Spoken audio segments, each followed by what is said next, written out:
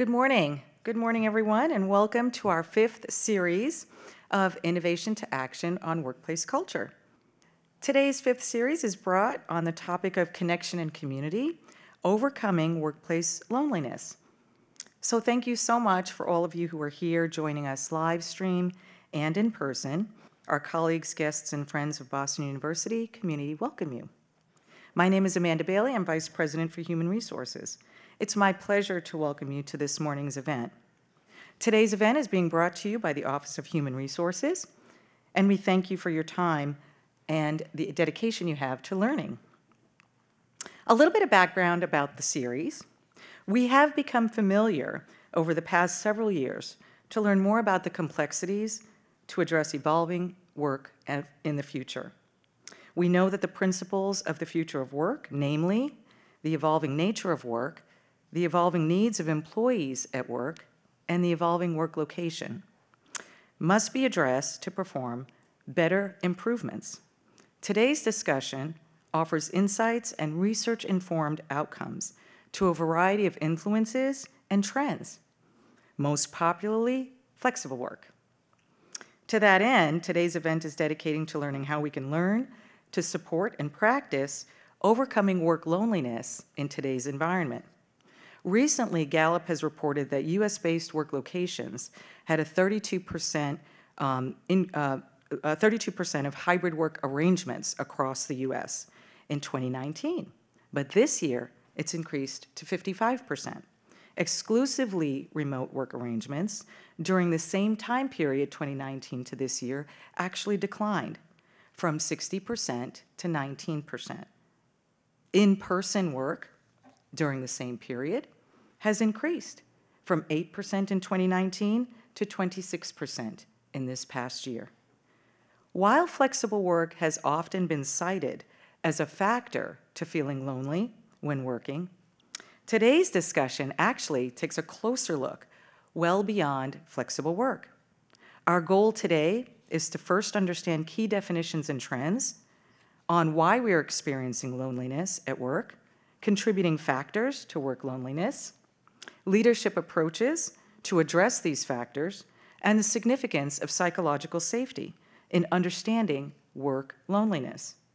Today's discussion will conclude by offering guidance on how changing this trend can be sustained in a successful way.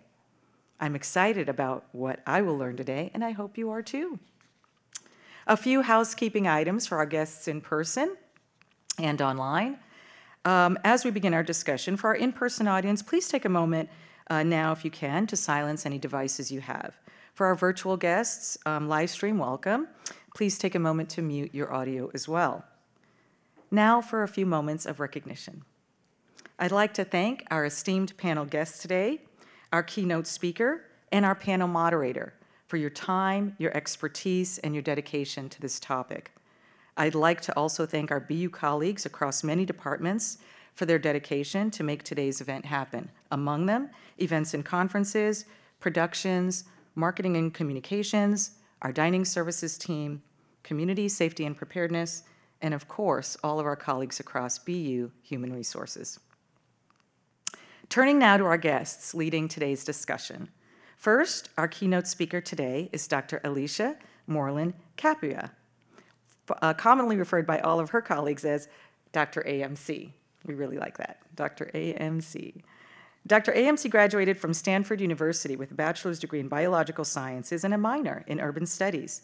She earned a Doctor of Medicine from George Washington University, and after medical school, Dr. AMC completed 4 years of training in psychiatry and a fellowship in addiction medicine, both at Oregon Health and Sciences University.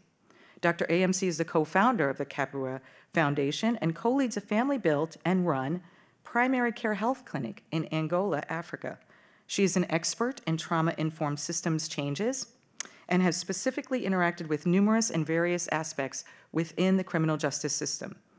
She is a member of the American College of Psychiatrists. In May of 2024, Dr. AMC was honored by Framingham State University with an honorary degree recognizing the impact of her trauma-informed efforts nationally and internationally. She has published widely acclaimed books and articles. Please join me in welcoming Dr. AMC. And now as I continue, I have the pleasure of introducing next our panel moderator and our panel guest. Dr. Constance Noonan Hadley is our panel moderator today. And Dr. Hadley is an organizational psychologist whose goal is to support a rich and fulfilling life at work for all employees everywhere. She is the founder of the Institute for Life at Work and a research associate professor here at BU, Questrom School of Business. She holds a PhD in organizational behavior from Harvard University, an MBA from Wharton, and a BA from Princeton. Dr. Hadley is an expert and well-known speaker on the future of work, team dynamics, psychological safety and trust, burnout, employee loneliness, well-being at work, inclusive cultures, and career decision-making. Dr. Hadley's research has been published in leading academic journals, Harvard Business Review, MIT Sloan Management Review, to name a couple, and she is regularly interviewed for media outlets such as the Wall Street Journal, Financial Times, the New York Times, Bloomberg, Axios, Fast Company, and Forbes. Please join me in welcoming Dr. Hadley as our panel moderator. And finally and fondly to our panel guest today, Dr. Cattani. Dr. Cattani is a licensed clinical psychologist with extensive experience in higher education mental health, including over a decade managing large mental health clinics within AAU institutions. Since August of 2022, Dr. Cattani has served here at BU as the Director of Behavioral Medicine at Boston University's Office of Student Health Services. Dr. Cattani, in her role, oversees all mental health services for BU students, about 30,000 and counting. Dr. Cattani provides strategic leadership, guiding the vision for comprehensive mental health care while collaborating with campus offices across the community, the greater Boston community as well, and other units within the Office of Student Health Services. Dr. Cattani provides consultation and training on mental health and behavioral challenges, crisis management, and de-escalation to key campus stakeholders such as professors, the Dean of Students' Office, the Office of Study Abroad Programs, the Offices of Residential Life, and University Police. Dr. Cattani manages a large multidisciplinary team of psychologists, social workers, licensed mental health counselors, psychiatrists, and clinicians in training. Clinically, Dr. Cattani has specialized in adult outpatient counseling, focusing on challenges such as generalized anxiety and trauma, depression, and identity development. She uses evidence-based approaches, particularly interpersonal and mindfulness-based interventions like compassion-focused therapy. Please join me in welcoming Dr. Cattani. Okay, and now we have the pleasure of turning it over to Dr. AMC. Good morning, everyone. How are we? Did you get your coffee? It's okay, we're gonna get started. I have about 20 minutes and the countdown has already started. But I wanna thank Amanda, her illustrious team, to all of the IT and AV staff who was here very early in the morning to ensure that things were together. My fellow panelists and moderators, Dr. Cattani and Dr. Hadley, and to all of you. And of course, I would be remiss without saying thank you to my right and left hand and partner of 24 years, my husband with the beautiful red bottom shoes here, Daniel. So y'all clap it up for my husband if you don't clap it up for anything else. Awesome. Well, I'm gonna go ahead and get started. We're talking loneliness today. And my job here today is really just to kind of expand and widen our view. As you'll hear from our illustrious experts here, that loneliness is one part, but there are multiple pieces to it. I work in an area called trauma-informed systems change, and a lot of the work that I do is not just around educating the masses, but I still work clinically as well, about 30% of my time. And so what I'm gonna be talking with you about today is not just some ideas or theories, but these are things and practices that I use on a regular basis, both individually and organizationally, to help move a change process. I believe what compelled our presence here today is because we want something to change. So I'll start the conversation in this way. We're gonna be talking trauma-informed systems change to create safety, build vicarious optimism. Isn't that such a cool word? I think so. Also, to talk a little bit about connection and compassion. But before we do that, I want to talk to you about what undergirds my work. A 5-year-old was asked, "What is love?" And the 5-year-old's response was, "Love is when my front teeth fall out, and my friends still love me, even though a part of me is missing. At the end of the day, what we are going to be talking about, connection, compassion, building safety, even this trauma-informed work, what undergirds all of that is this general essence. We're going to talk love today, because love is really very much the most common, highest human call that no matter what point in history you've ever gone to, you look at it, it's the one thing that lifts us to a higher place, and it is the one thing that has always consistently been an antidote to loneliness. So we're going to talk about that today. So I'd like us to hang that concept of a part of you is missing, but you're still cared for. That's the general gestalt. Are we good there? Okay. So as we think about this concept, I want to define a few terms. I said I work in the area of trauma-informed systems change. We're talking loneliness, but we want to talk about the pretext and the context and subtext. So I'll start here. Safety. Safety is, you're going to hear a lot about psychological safety, but when I'm talking about safety, I'm talking about all forms: spiritual, physical, psychological, financial, safety. Here is what we know. When we all came into this room, whether we are conscious of it or not, the first thing that we are doing is trying to determine whether or not we are safe. And here's what we know about safety: that we need safety as much as we need to breathe. That we want to feel safe, we require safety, we are seeking safety, and it is deserved. Safety is actually a human requisite. We require it. It is the one thing that is required for us in order for us to reach the fullest of our human capacity and potential. We need it. So then if safety is something that we need as much as we need to breathe, the antithesis then of safety that I'm going to submit to you today is fear, being afraid. So here's the story. Is anybody in this room ever not been afraid?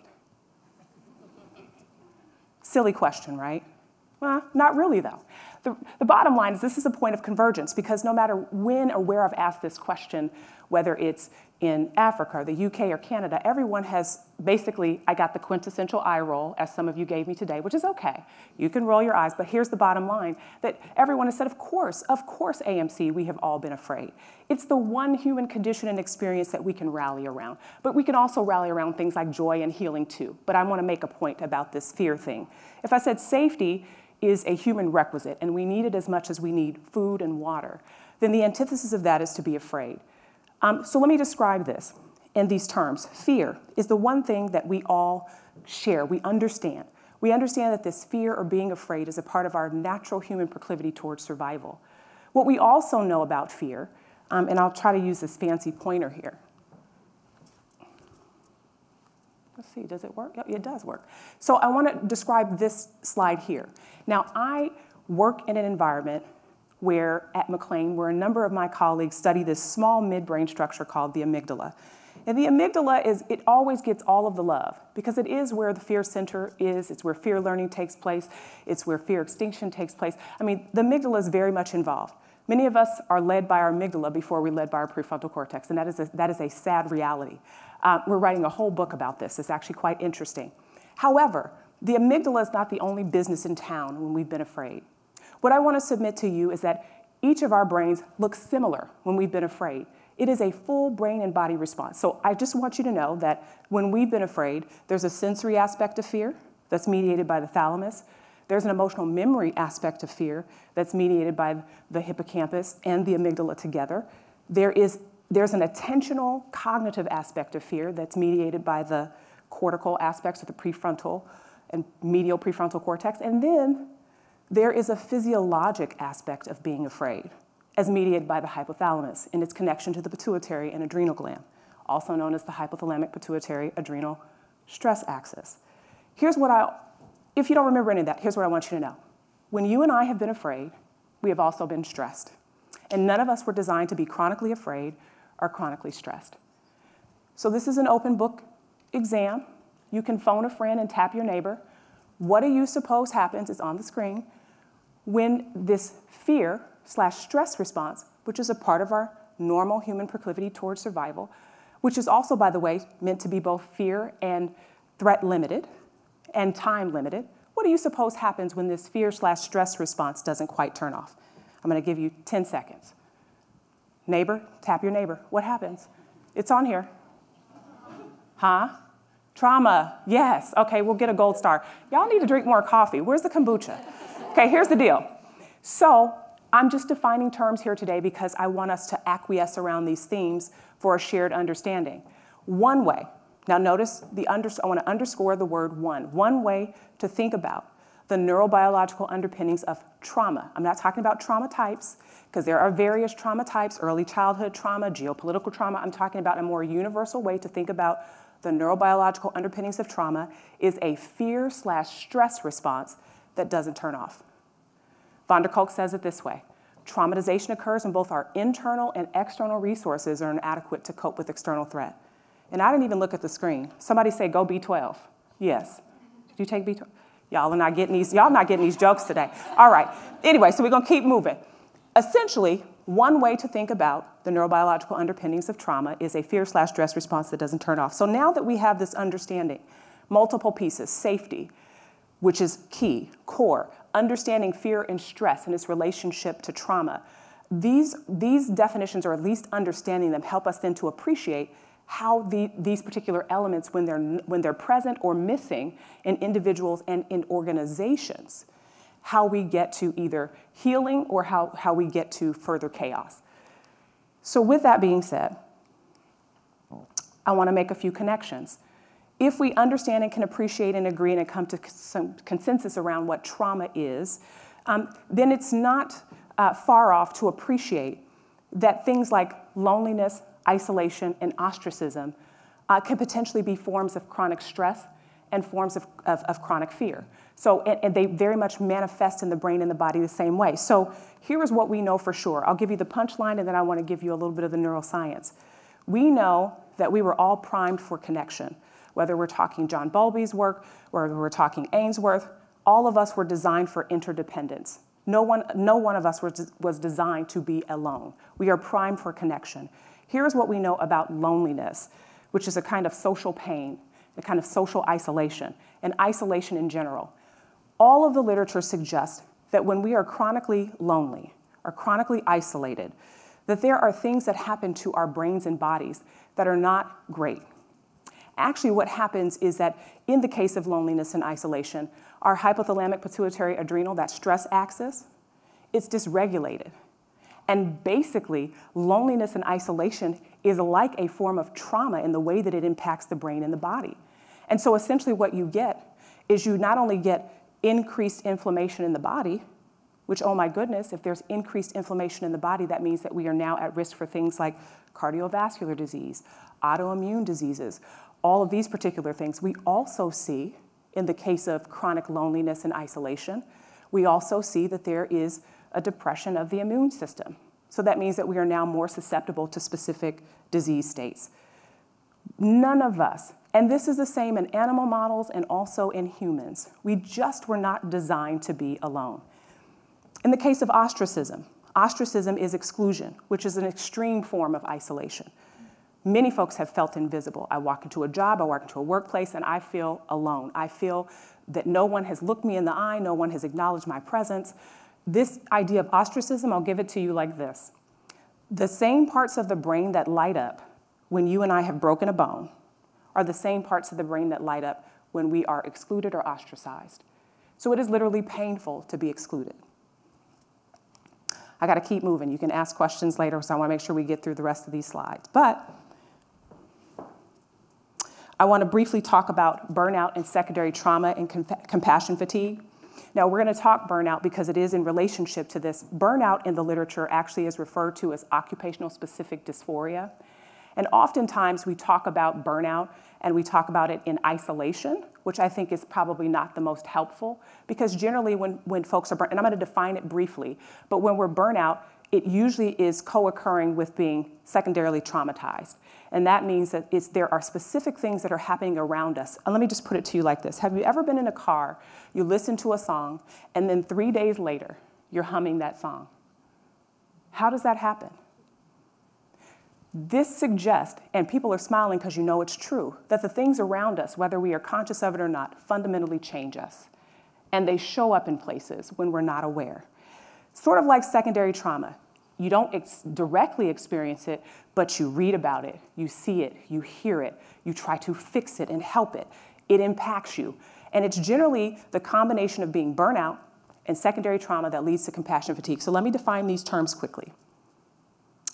So in the literature, burnout is referred to as occupational specific dysphoria, and this is a definition. It is a protracted psychological and physical exhaustion as it relates to work.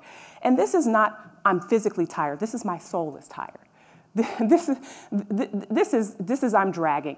There are many researchers in this area, some of who are going to be talking with you today, but Maslach is one and colleagues. There's a Maslach burnout survey that I tend to use quite regularly, but there are 3 specific pieces of this burnout piece. It's an overwhelming sense of exhaustion, feelings of cynicism, and a sense of ineffectiveness. And it has 6 key domains.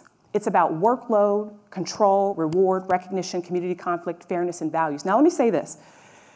If there are more people than there are jobs, if there's more job than there are people, you're more likely to be burnout. Where there's lack of voice and choice, more likely to be burnout. When folks are not appreciated. Now, there's a distinction between appreciation and recognition. What we know is that recognition is for what you've done, and we want to be recognized. But what we find in environments that are trauma-informed, it's appreciation over recognition. Appreciation is for who you are. Recognition is what you've done. Appreciation is for who you are. Appreciation is, I want to thank you for showing up here today, to come and help and to be compassionate, to serve others who are suffering, even though you yourself might be suffering. I see you, I appreciate you, I value you, you're important here. What we know is that appreciation over recognition is critical. And when that type of appreciation is not happening, folks are more likely to be burnt out. We also know that conflict where folks have not learned to lean in and find their way forward, that you are more likely to be burnt out. We also know that when there's the room for optics and the room where it happens. And when folks are in the room where it happens, you're less likely to be burnt out because you are valued. And for the last, which I think is the most important, is in instances where your core values do not align with the core values of the organization in which you serve, you are more likely to be burnout. So that is burnout. I said that secondary trauma, which is indirect exposure, right, to the suffering of others that fundamentally changes you, in addition to being burnout, can lead to compassion fatigue. What does compassion mean? The prefix com means with. The root word pasio means to suffer. Literally, when we are burnout and when we are secondarily traumatized, our ability to suffer with others is significantly compromised. And I just want you to see some of the symptomology here. It's physical, it's spiritual, it's all of these things. And what we know is that it happens often. I just don't have the ability to care about one more thing, and sometimes yourselves are on that list, including me. It happens. So what do we do about it? What we know is that organizations, very much like people, so I've just given you everything that we've talked about safety and fear and its relationship to stress and trauma and being burnt out and secondarily traumatized and compassion fatigue. All of that can happen in individuals, it also can happen in organizations. We understand that an organization, the old paradigm of an organization is the machine. But I'm here to tell you that it's not. An organization is a living entity. As Dr. Sandra Bloom, my mentor, says, organizations are biocratic. They are feeling, they require nurturing because it's made up of people with beating hearts and their own sense of purpose. And so it has to be treated as such. So we know that organizations like people can be traumatized, stressed, burn out, and experience compassion fatigue. But here's what we also know, is that organizations can heal. And the key piece in an organization that is healing, that is minding and tending to its people and reducing the likelihood of loneliness and burnout, is that it allows itself to grieve. Well, what does that mean? We're going to take a page out of the book Good Grief, which is an oxymoron. It says that sometimes we have to let our hearts break a little so that our spirits don't. So organizations that can allow people's hearts to be broken, and this is a time where a lot of hearts are broken. We're in some pretty difficult times. But we should not be breaking each other's spirits. And that is the ultimate goal, right? Here's the good news. What do we do about it? Where do we go? So I've just told you about compassion fatigue. I want to tell you what we can't. I started out with you love me even though a part of me is missing. We're going to get back to it. And that is this. I'm Stanford through and through. Love Harvard. Love y'all here at Boston, but go Cardinal. My colleagues at Stanford have a whole area of study on altruism and compassion. And I love this. What did I say compassion means? Means what? I can't hear you. Yep, I got it. We got 3 minutes, but y'all gonna have to work this with me. What does compassion mean? I can't hear you. I wanna hear you. Calm means what? The root word pasio means what? Put together means what? Come on, y'all. All right, to suffer with. I need a choir here today. So essentially, we know that there's a possibility for compassion fatigue. So what's the solution as we start to move towards that?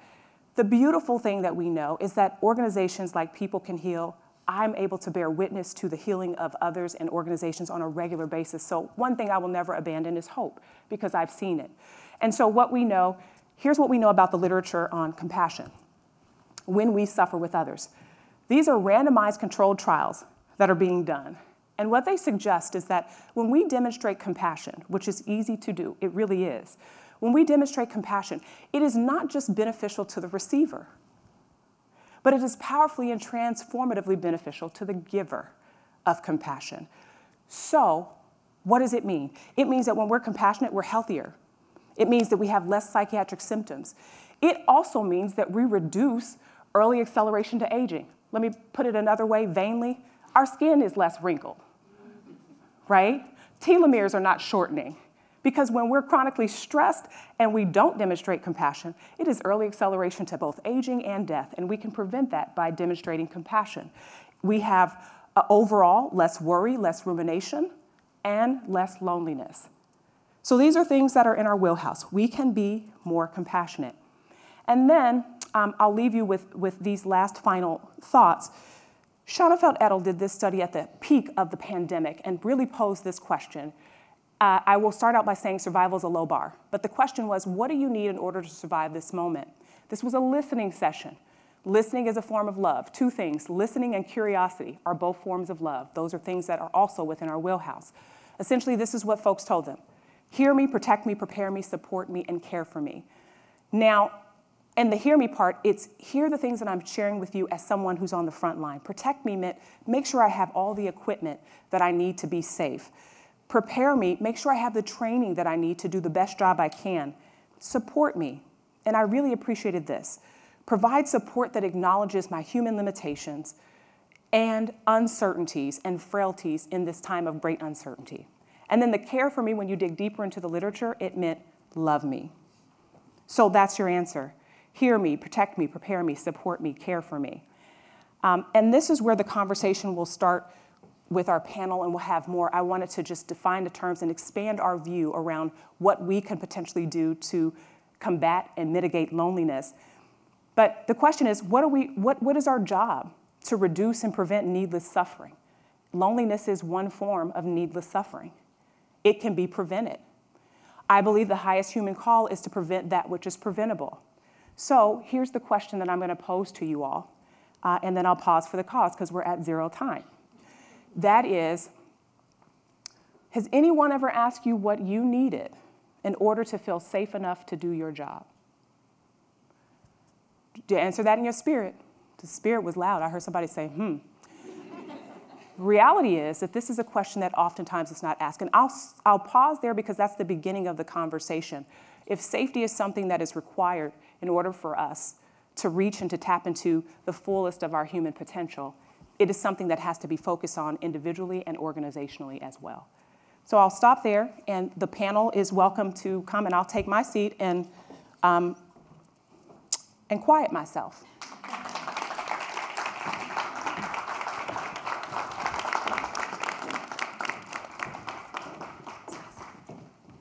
All right. Thank you so much, Dr. AMC. Yes. Really thought-provoking. I'm so fortunate to be here today to be able to ask questions of the two of you, Dr. Cattani, Dr. AMC. But I really want to encourage and remind the audience here to get some questions ready to ask with the microphone after we have our discussion. And also those of you online to go ahead at any point and start submitting questions for us to field as a group. So I'll start with you, Dr. AMC, because I study in my own work loneliness.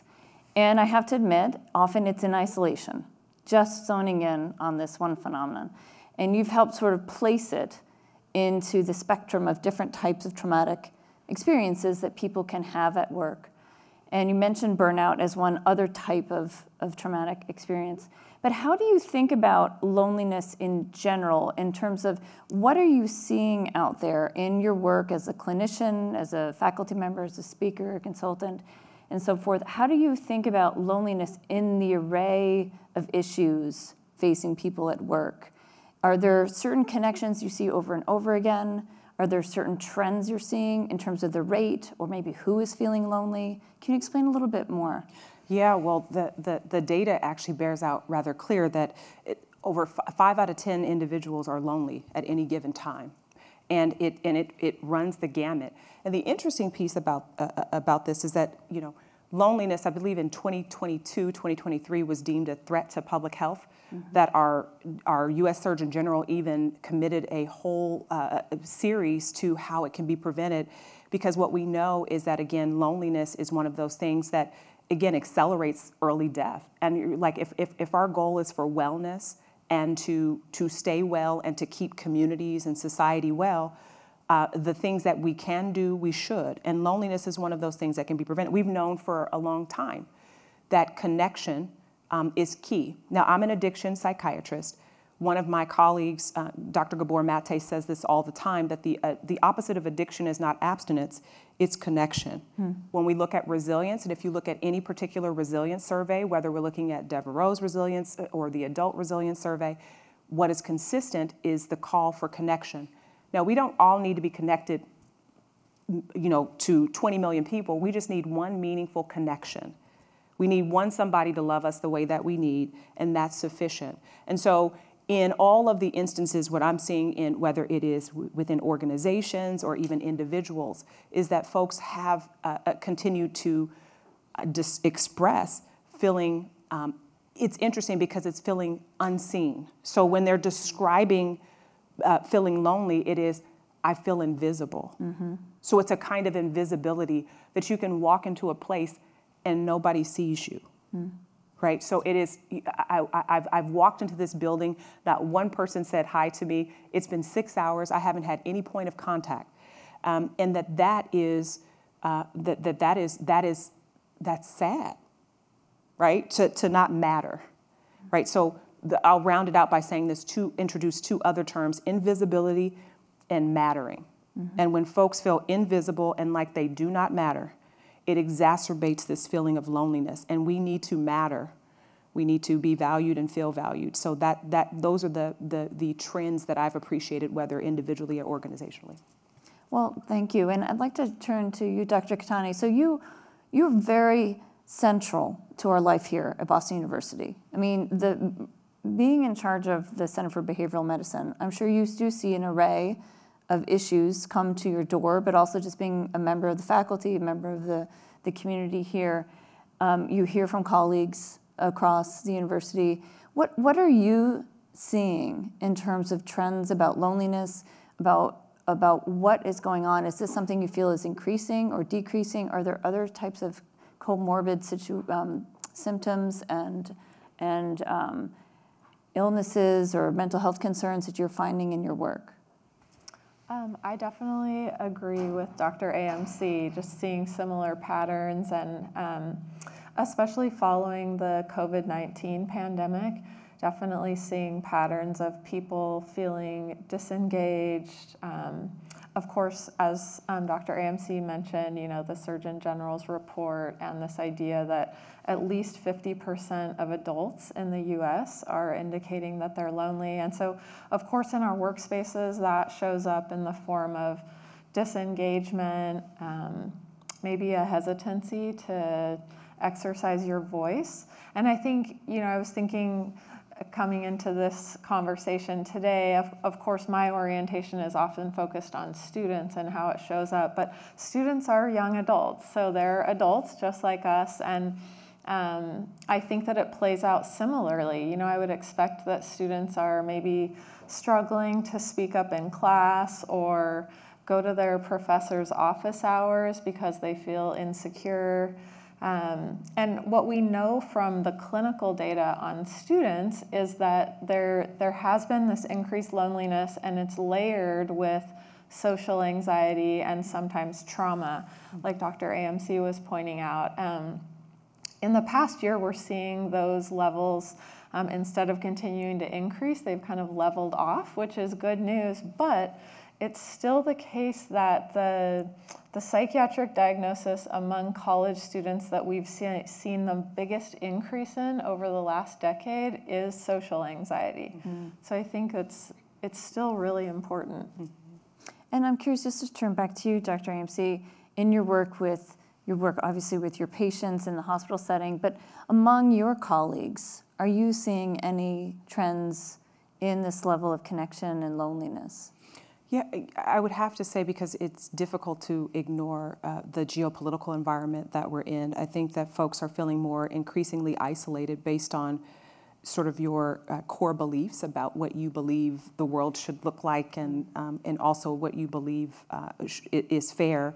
And so I think that a number of folks are trying to figure some things out. You all mentioned, or Amanda mentioned at the beginning, hybrid work versus home-based versus being back in the office. I think that a lot of people are trying to kind of balance what that looks like, what building community looks like, whether it's virtual, what building community looks like, whether it's in your own community, even reconnecting with, family. And I think, I work in a field where there are folks who are far away from home. They've been recruited to a place and trying to build place in the new place. And so I think that a lot of folks are just kind of feel transient and feel like they're trying to kind of like a ship without a sail, trying to kind of figure out where do we go from here and who do we talk to.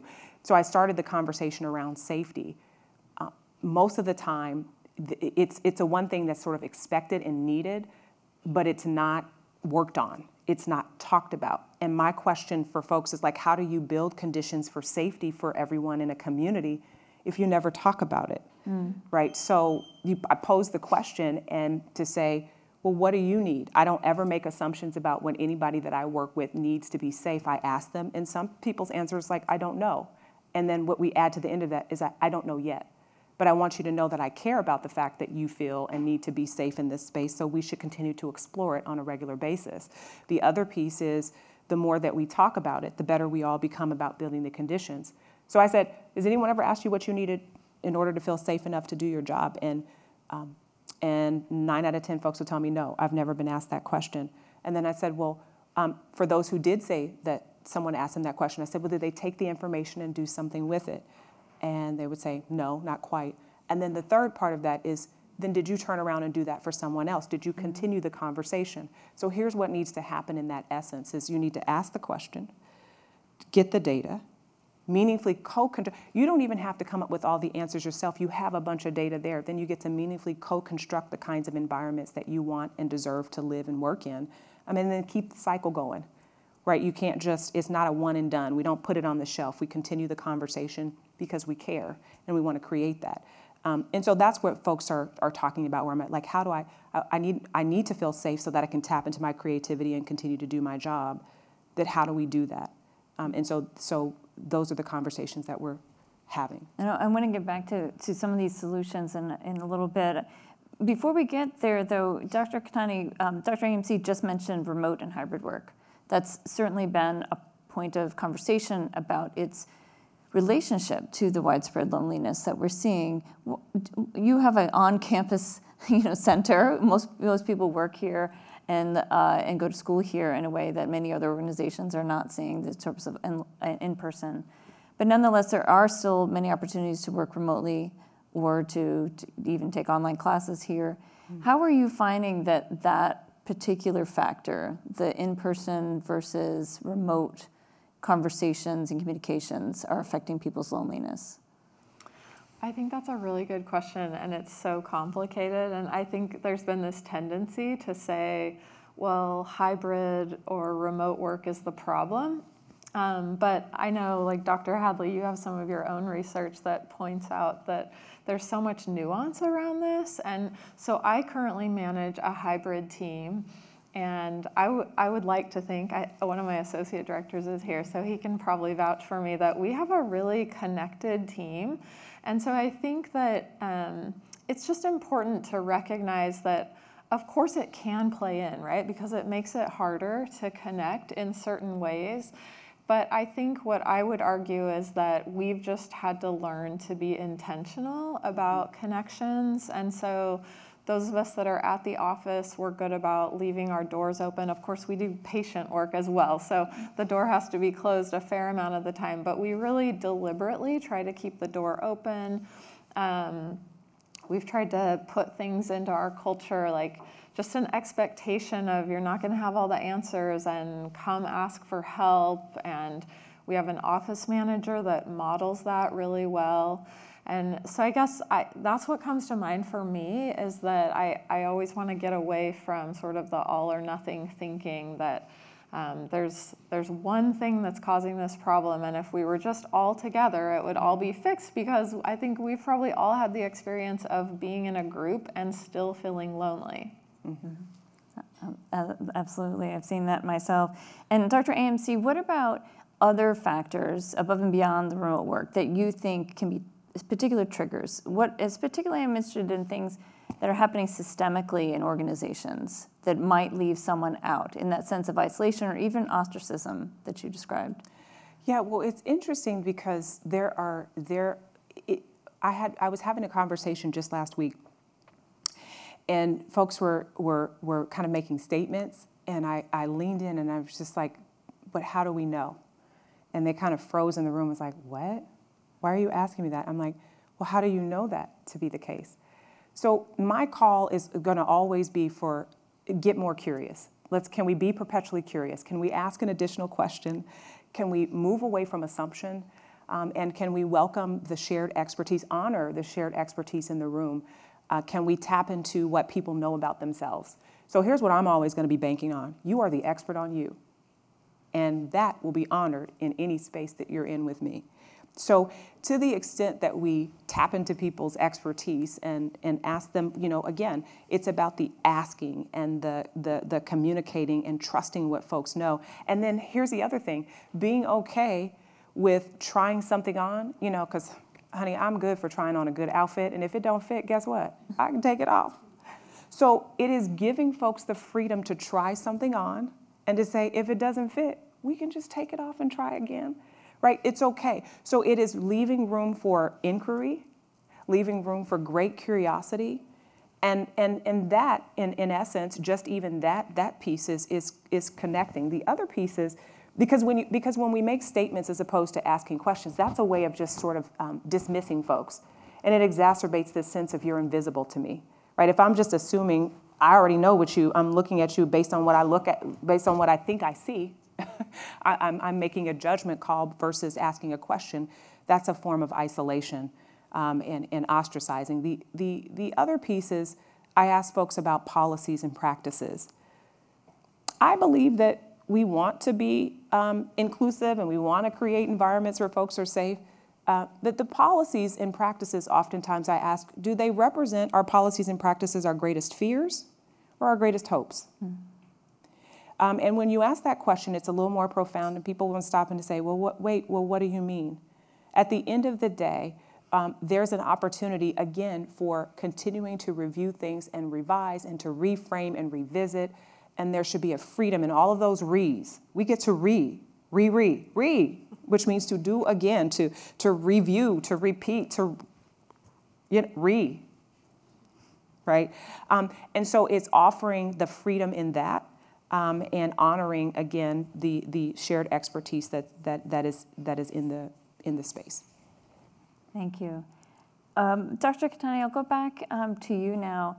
As you think about what leaders can do, I know that you've mentioned you take, just as Dr. AMC, you talk about a compassion-centered approach in your advice and in your therapeutic work.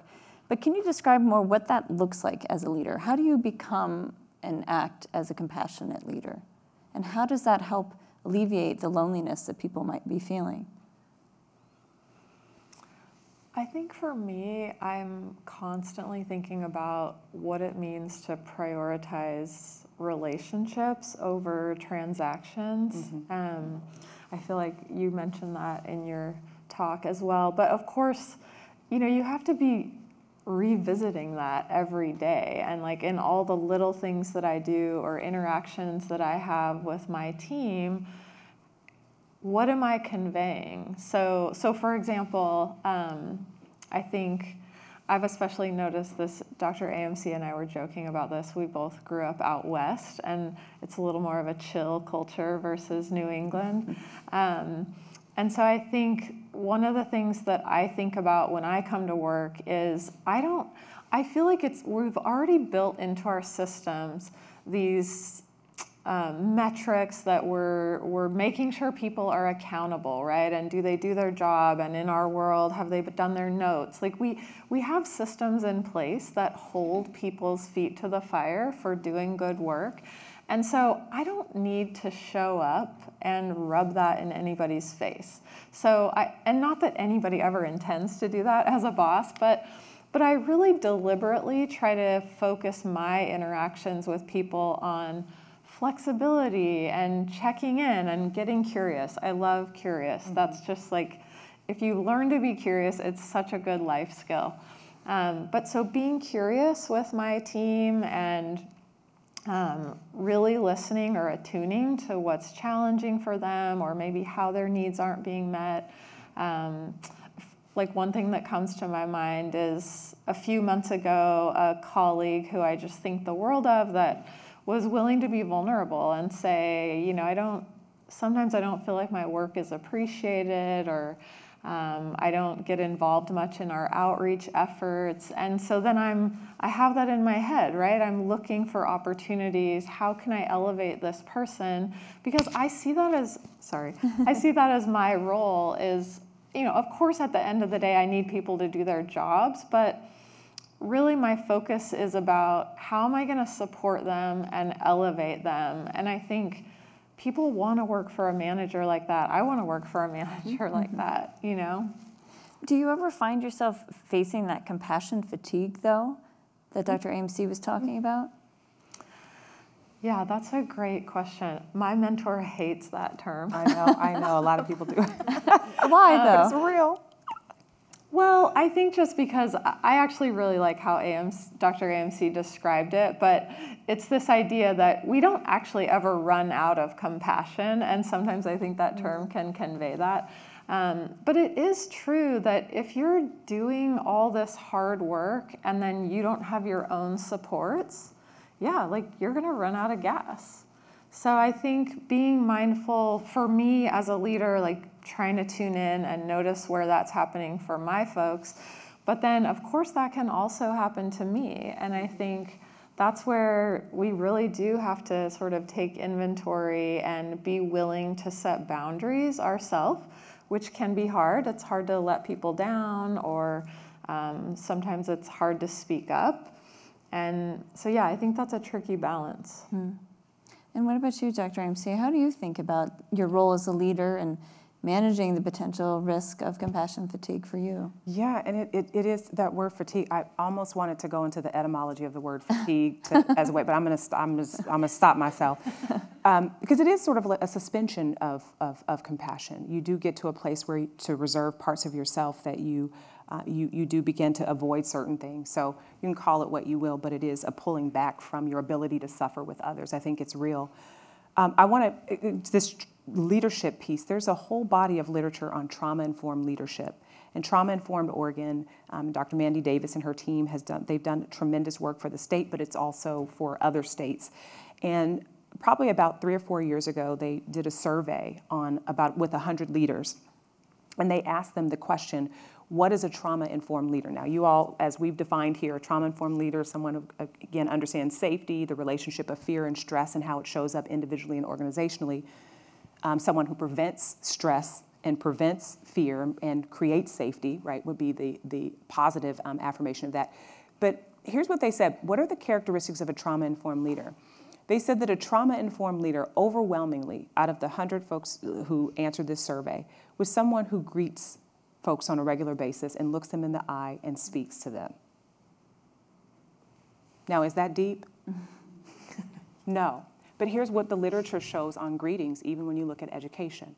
In the context of education, and you look at literature, when students are greeted on a regular basis, and the teacher says, "Hi, we're so glad you're here today. Welcome." And they have a hand. And see, I just looked you right in your eye, right? There's an immediate connect. Like, she's looking into my eyes. Yes, I'm looking at you, right? That when you greet, what they saw in the context of education is that they had less behavioral problems, that attendance improved, and that the ability for the kids to regulate, self-regulate, because they were seeing co-regulation, increased, right? Truancy also was down. So that there is something about being seen, being acknowledged, that helps too. And so that was their number one answer, that a trauma-informed leader is someone who greeted them and saw them. The second was someone who cares about them. So in a conversation, whether virtual or not, I do, and I do a number of my workshops, actually all of my workshops I do virtual. And I actually love the virtual space because you're not only, if we're sitting here, like I'm able to look at Dr. Cattani and look at Dr. Hadley, but if I'm on the virtual space, I'm looking at Dr. Cattani and Dr. Hadley as I'm looking at myself. So there's a whole different level of awareness actually, where you're just like, "Oh, girl, fix your face, fix your spirit." So you're able to think actively about what you want to share and how you want to show up in this space. So I actually think it's an opportunity for great connection with great intentionality. But what folks will say is that they even come into virtual spaces, and when they are not greeted, they feel isolated and lonely. Because you can hide in the virtual space. "Oh, my screen's not working." How many times? Don't raise your hand. How many times? "Oh, my video's not working." Your video's just fine. You just don't feel like, I'm just joking. The bottom line is that there has to be some level of deep intentional, like Dr. Maya Angelou said. She said a lot of great things, but she said, "I'm human, therefore nothing human can be strange to me." It is interesting to me that one human being can't relate to another human being standing in front of them. Another beating heart can't appreciate another beating heart. This piece around even being able to just say things to folks. I think that, again, another characteristic of a trauma-informed leader is someone who remembers. If you told me that your cat had surgery last week, then when I talk to you the next week, I'm like, "How's your cat?" Because now you know, oh my gosh, she listened to me? Yeah, because you're important to me, and I want to demonstrate that I care. I'm going to ask you how the cat's doing, right? So that there are these simple, what may seem like simple things that people have lost. That allows us to be connected, that demonstrates I care about you. Now, my teams have been with me throughout time because I literally do. What you see on the stage is what you get. I'm like, "Hey, what's up? What we doing today? How are we doing?" And there's a difference in saying, "How are you doing?" and "How are you feeling?" I want to know both. And I actually am going to wait for the answer. And I don't think that I have to fix it all. But here's what I will commit to, is that whatever situation you're in, my commitment is that I'll sit with you and we'll figure it out together. That's what true relationship is. People want to know that you're not going to abandon them when things get a little rough. Students need that. Spouses need that. Friends need that. Family needs that. And a workplace needs that. It just reminds me of when one of my colleagues and I have developed a scale to self-report your workplace loneliness. And one of the questions is do you feel that someone has your back in the organization? And so these are the kinds of leadership behaviors that would indicate that you have their back. I wanted to also come back to you, Dr. AMC, and ask a little bit more about how does the trauma-informed approach to workplace change differ from what we might hear about, whether it's a workplace wellness program or just offering people the chance to access the Headspace app, which I'm a big fan of, by the way, or using mental health credits to be able to go see a therapist. Is there something different about the trauma-informed approach that we're missing with those other programs? Yeah, I wouldn't say it's missing. Here's the way that I think about trauma-informed. I think about it as a universal precaution. And here's how I describe it. Have you ever been into a place where you get in there and you're like, no one ever speaks a word, and you're like, oh, that's what happens here, right? Or another phenomenon is you walk into a space and you automatically feel like, I can breathe, right? That universal precaution, when you're doing it right, trauma-informed to fidelity, which means we are integrating all of these things. We're understanding, we're appreciating, we're respecting what folks bring into the space. We're taking ideas, we're melding it together. We're understanding that folks may come in broken, and guess what? There's still functionality in brokenness. because you can take broken pieces and make a beautiful mosaic, so let's not get it twisted, okay? That when we allow all of that and we welcome folks and say, you are welcome here, come as you are, the trauma-informed space is exactly that. It is a recognition that things may have happened to folks, and it's not on the negative part. It's things may have happened to folks, but we now have the opportunity to create safety, to literally shift someone's epigenetic reality by just creating loving, compassionate, kind. Oh my gosh, these are all simple things. They're simple, right? But why aren't we doing them? Right? So, why? Right? Tell us why. Now that would take more than 15 minutes, but the encouragement is that it's all within our wheelhouse. You don't have to be we're already experts on those things because we're humans. That's what I'm encouraging, right? And so it is. So a trauma-informed space is really not not different. It's an extension of those things. It's saying if we already create that space where folks come in and they can just breathe and they already know what happens here, that we have less instances of loneliness, that we have less instances of violence, that we have less instances of folks feeling down and out.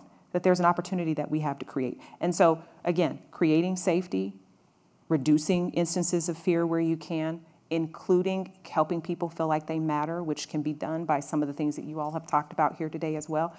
And really, it's work too. Nothing worth having is absent of work. There has to be a commitment to work on it. It can't just be. So I'll say this last thing. One of the things that I do with groups is I'll have them do what's called a pledge. I'll have them create a pledge. A pledge is a promise.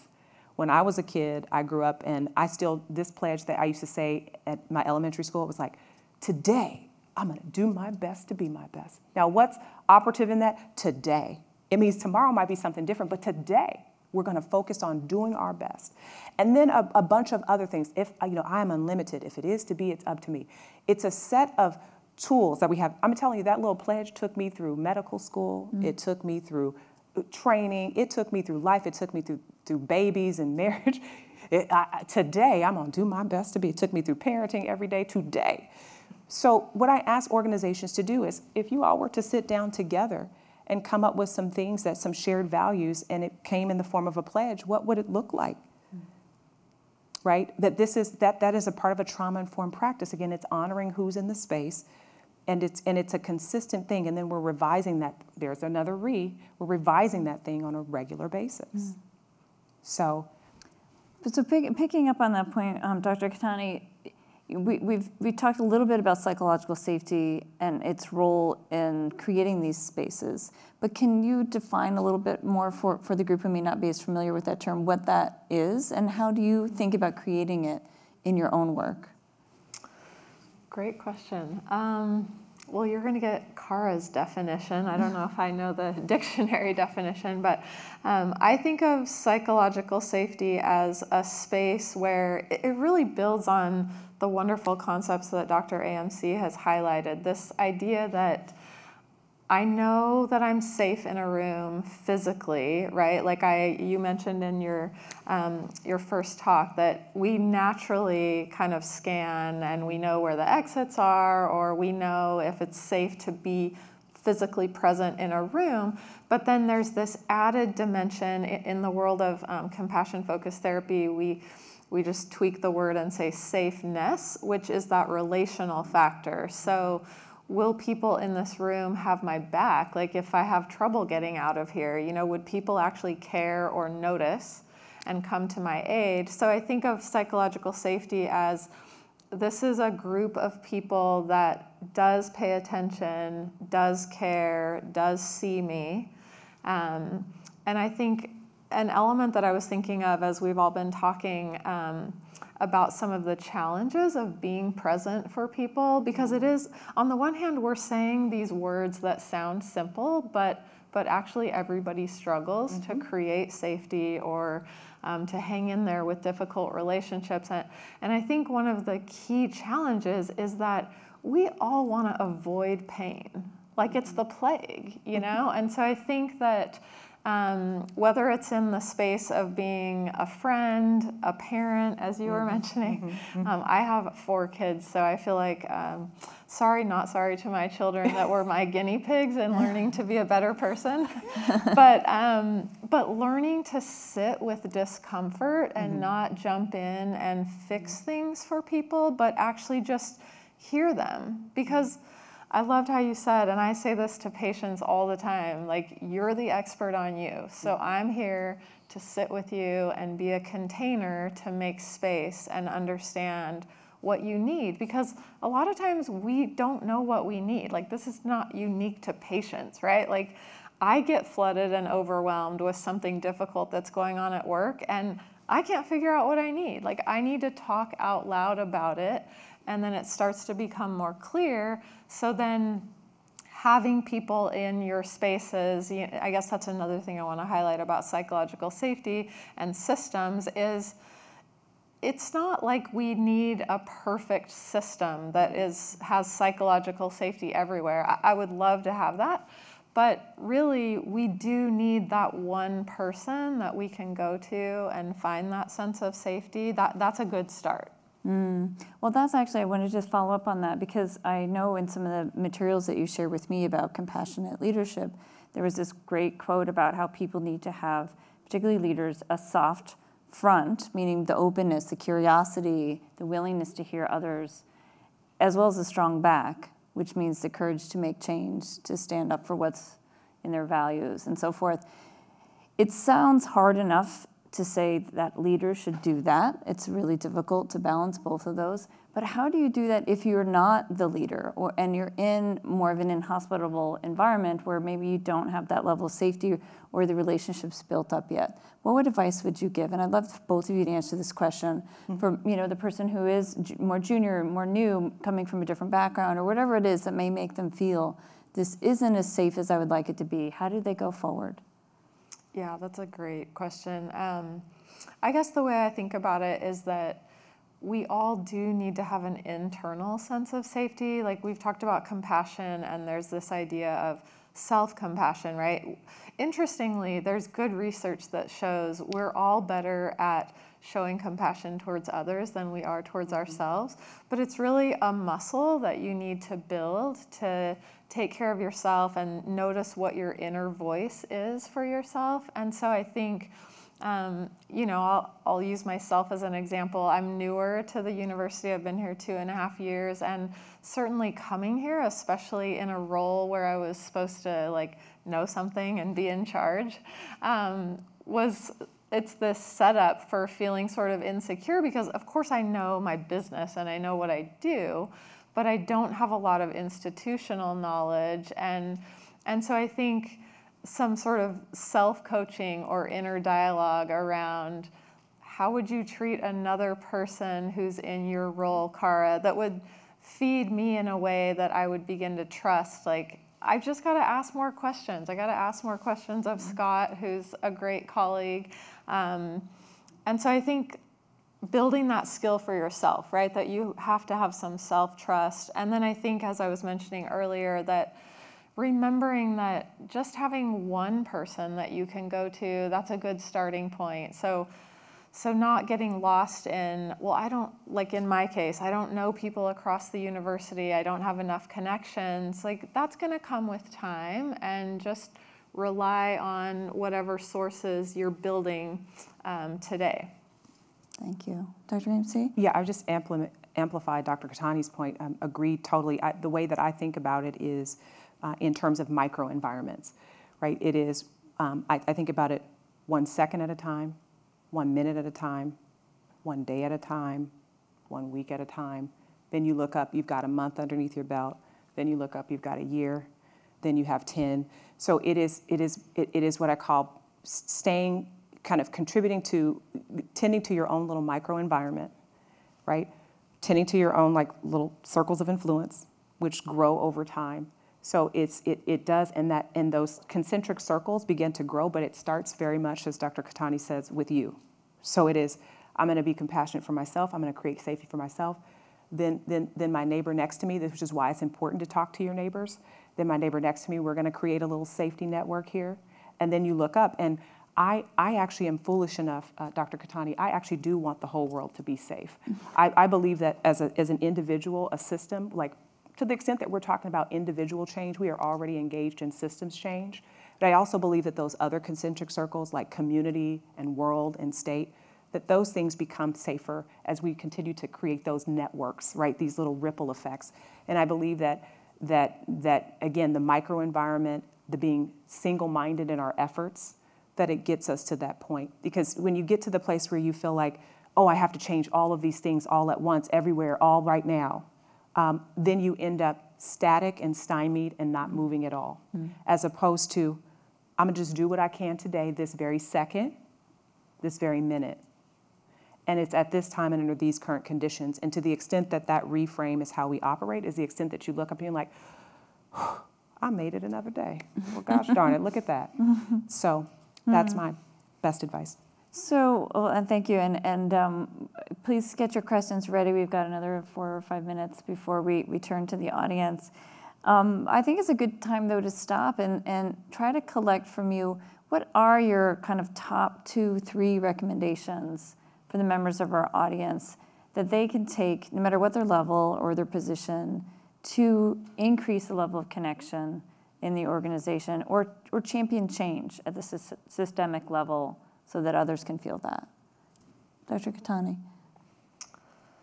Darn, you had to start. I think, again, just kind of revisiting some of the things we've been discussing, but really slowing down a little to tune in to colleagues, whether or not you're a leader. You know, I think just having that attitude of, I can be curious, I can be a source of connection for somebody else, because I think that's what I love about, you know, the world I live in, compassion-focused therapy, or that framework, has really oriented me to the fact that compassion is a science, as Dr. AMC pointed out earlier. And so these are skills that we can all build. It's not rocket science. So I think just noticing and slowing down, and I can attune to somebody today, I can really listen, I can validate them. I don't have to be the fixer here, but I can just show that, yeah, like, you're human, I'm human, life's uncomfortable, we can figure this out together. And I think, you know, for me, especially living in the world of a university where it's a culture that's largely performance-based, and I would say it prioritizes competition over connection. It really, like, it just tugs at my heart when I listen to students or my own kids who are college age, that it's such a lonely world, because especially in Western cultures, we're just so in the habit of valuing competition and finding self-esteem in being better than other people rather than collaborating and working alongside others. Thank you. That's a mic drop right there. Yeah, all of that. And I'll just add just one, my one working recommendation, and it bears repeating, is that the only way that we get to a place where we can begin to build the conditions for safety, which we all deserve, is we have to start talking about it. And so I would encourage, again, the one thing you take away from here, no matter at whatever level, junior, foundational, I don't think anybody's like frontline. The frontline's the foundation. House can't be built without a strong foundation. But anyway, that's a whole nother story. But the question that potentially that I think folks should be asking is, what do you need in order to feel safe here today? That is an important key question, and you'd be surprised at how much data you get. And then you'd be even more surprised about the work that folks are willing to do with you to co-labor to get there. So that is my best and sole recommendation to you. If we can build more safe structures for ourselves, especially in times like these, I think we'd be cooking with really fine olive oil. Thank you so much. I really appreciate the answers to the question we prepared. Thank you. And now we have some people here with a handheld microphone for answering audience questions.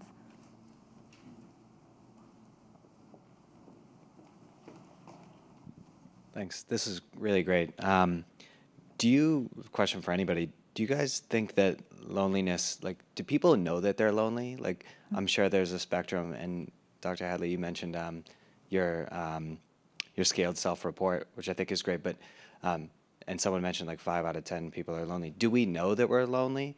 And particularly people with trauma, sometimes we have a high threshold for pain, and we wait a while. So I'm just curious if there's any data or research on the spectrum of loneliness and how people, our ability to recognize it and then like ask for help. Mm-hmm. So I think it's an interesting question that you asked, because I'll base this on my work in the addiction space. Again, I'm going to go back to a quote from Gabor Mate, because he says that one of the things that he says is that we shouldn't be asking the question, why the addiction, but why the pain? And I'm going to go back to something that Dr. Cattani says, that oftentimes the one thing that folks do recognize, whether or not they're conscious of it, is that there's some level of suffering, that something feels a little quite not like what they wanted or needed to feel like. Interestingly enough, even though you may not be able to put a name on it, there's suffering. And there is a recognition that most folks are moving away from suffering. Nobody wants to suffer.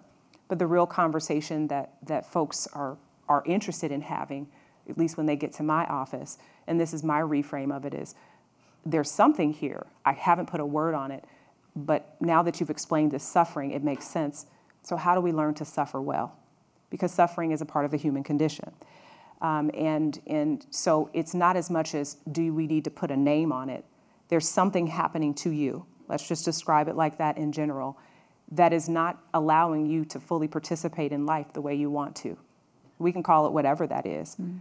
By the time that we get through multiple sessions and they've described what the situation is, then it's like, oh, okay, now I understand that to be suffering. But it's not, and this is why I think it's important, because I think people have to even feel like they have to be expert on what suffering is. You don't. We all deserve support. And eventually you get to a place where you can describe what that means for you, but we don't necessarily have to put a name on it. Just if there's anything that is happening that allows you to feel like you can't, or you won't, or you never will, that might be an opportunity to come and explore with someone in a non-judgmental fashion about the fact that you can, you will, you should. So that really is the framing. Dr. Cattani, do you have any thoughts? Yeah, I really like that. And I guess the place my head went was, there's also sort of these cultural factors that play into, I was thinking, Dr. AMC, about some of your points earlier today, that, you know, we're mammals. Mammals are born into caregiving species, right?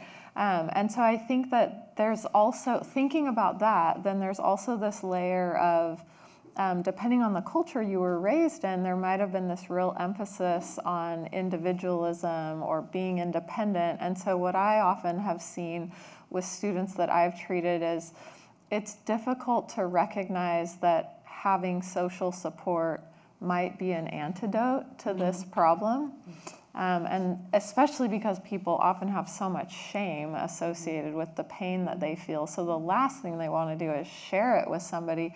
But that's actually what's typically most powerful and beneficial.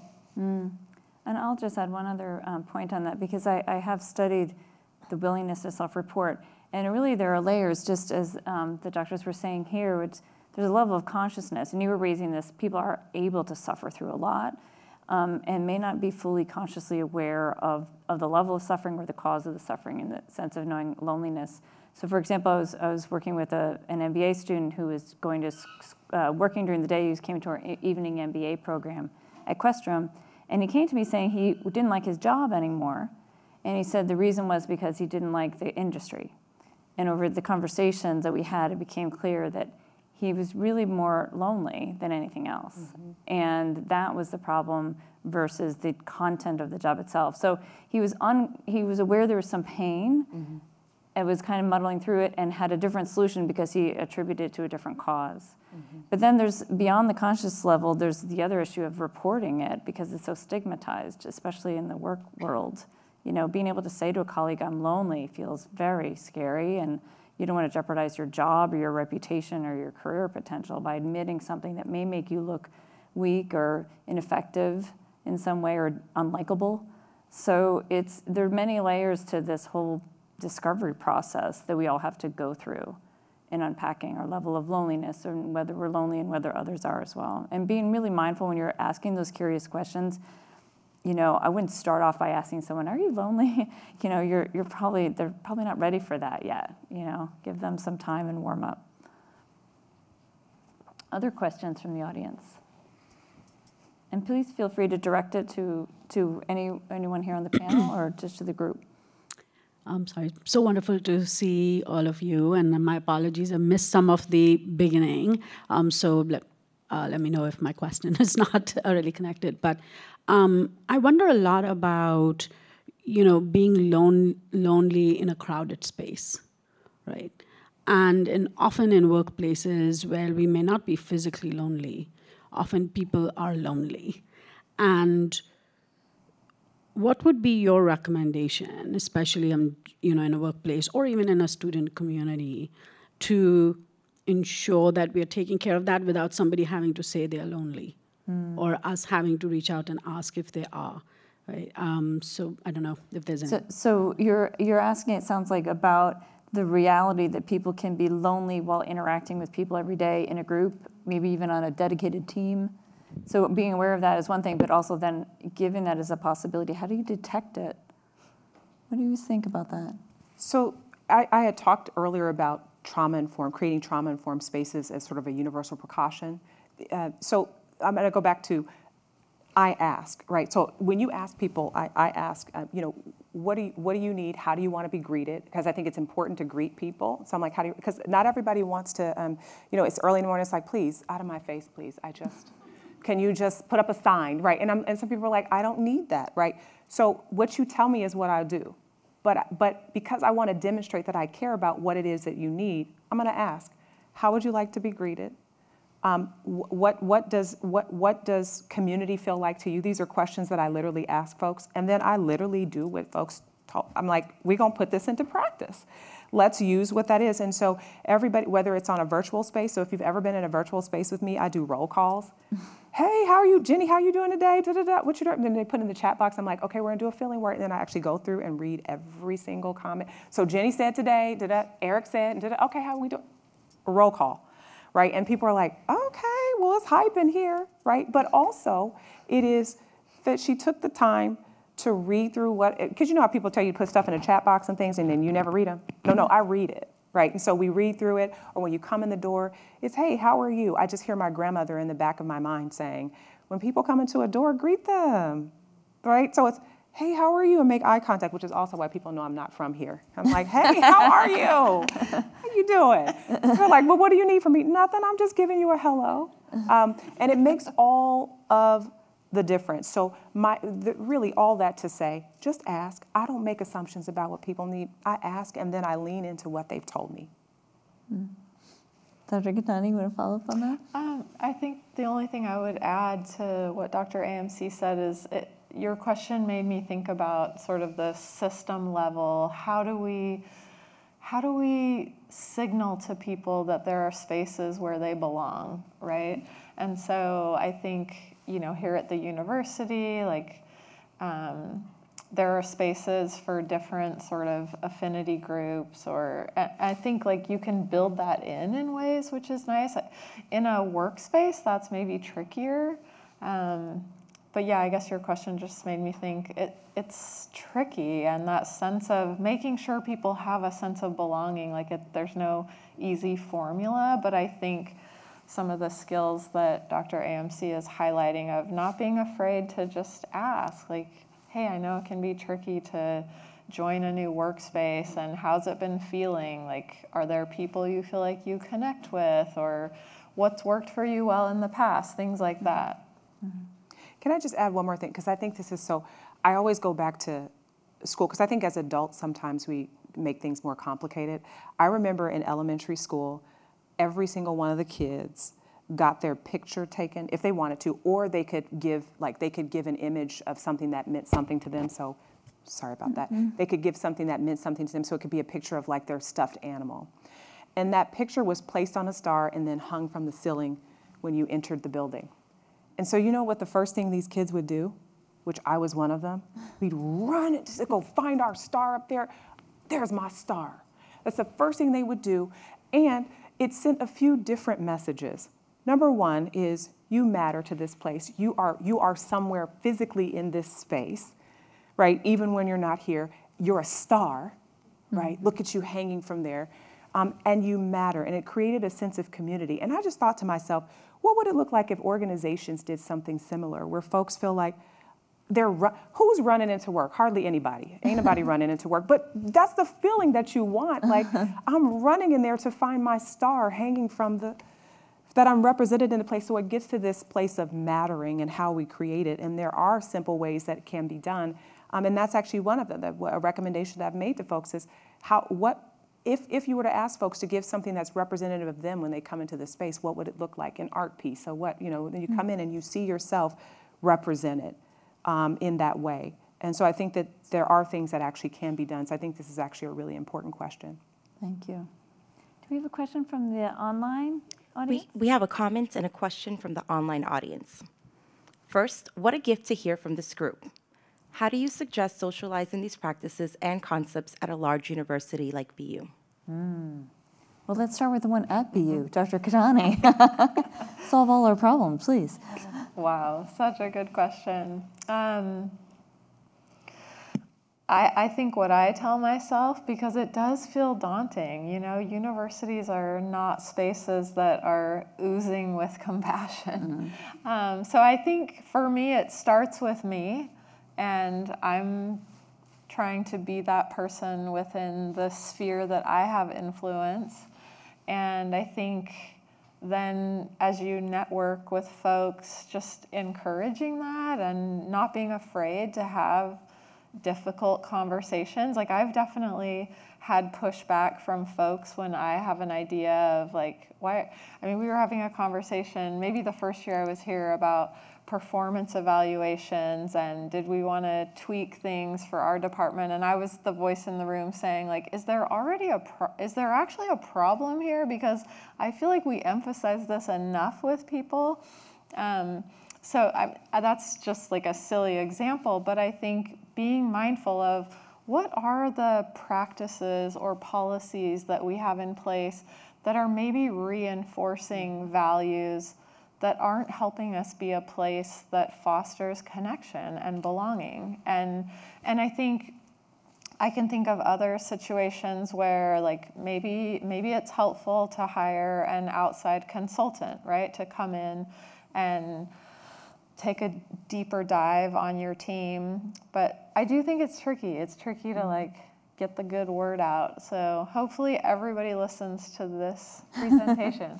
And Dr. AMC, we'll give you the last word too. I mean, you're part of Harvard Medical School. Yes.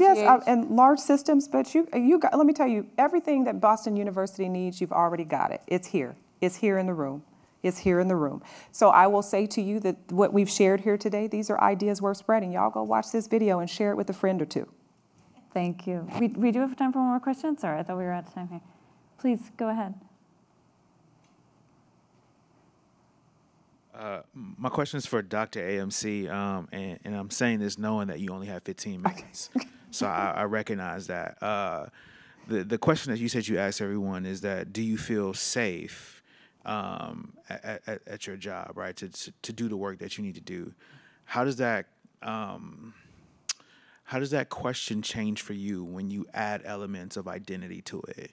So if someone's asking me that question and they hold an identity that I typically experience harm from, how does that question change? And I realize you only have 15 minutes, so I'm saying that. Yeah, so the goal would be, when that question is asked, is that we're taking all that into consideration. So I'm going to make a small amendment. I'm going to be a little technical, and you can roll your eyes. The question was, do you feel safe enough?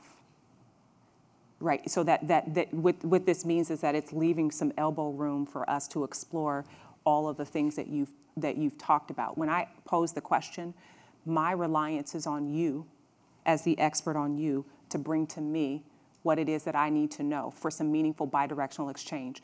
I believe any good leader asking this question is both, any good leader is both good teacher and learner, and possesses the wisdom to know when to be one or the other.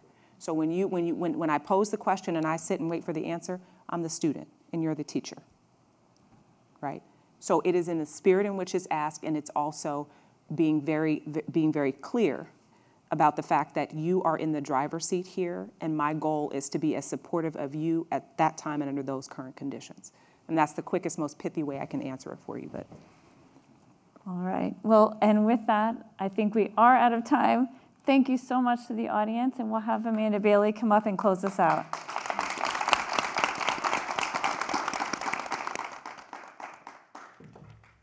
Wow. To say that we've learned a lot this morning is a clear understatement. I cannot tell you how overflowed with joy I am in this moment, because the whole concept of these series was to offer thought-provoking topics and practical insights and principles that we can walk away with. And I'll ask you to join me in one last round of applause, because I really think we delivered with our experts, both moderating and panel discussion. So as we close out, I took my own notes. I promised I would learn today. And so some of my notes that I'd like to share with everyone from Dr. AMC's keynote, a few notable quotes. Love is the most common antidote to loneliness. It's easy. It's love. Take B12. I'm doing that right away. I'm telling you. Doing that right away. That's real practical. B12. Physiological outcomes. When fear occurs, physiological outcomes are created when fear, loneliness, and ostracism are present. Burnout is secondary trauma, but appreciation over recognition, fascinating, right? Is a key indicator to avoid burnout. Appreciation over recognition. Compassion increases vicarious optimism. That was a true learning moment. I'll stay away from compassion fatigue as a term, as I heard Dr. Cattani say. I'm not expert in this area, so I want to stay away from any terms that the experts can disagree on. And a few more notable learning takeaways from our discussion. Please leave room for inquiry as you leave today, and curiosity with each other. It avoids the isolation and ostracism. And preventing loneliness at work, prioritize your relationships. Relationships over transactions. Hard to do sometimes, but really necessary. A beating heart can appreciate another beating heart, no matter where you are, no matter who you are. Do your colleagues and teams feel like you have their back? Thank you for that. Do your colleagues and teammates feel like you have their back, including your leaders? Ask, how are you doing? How are you feeling? And wait for the response. Mind-blowing. Wait for the response. I'll close it out with two more. Safeness is a term for psychological safety. People around me see me and hear me. Safeness. Learning to sit with discomfort and not jump in to fix things right away. Just wait. And having a soft front and a strong back. I love that. I love that. Having that soft front and strong back. Tending to your microenvironment. And as we closed out today, to sustain the change, slow down and tune in to your colleagues. Remain curious. Be a support to someone, and compassion actually can be built. It can be built. It can be developed. Those were my takeaways. I hope you've been able, throughout this morning, to have a few of your own. Thank you all for attending. Thank you to our moderator and our expert guests, all three of you. And we hope to see you at our next series event. Have a great day.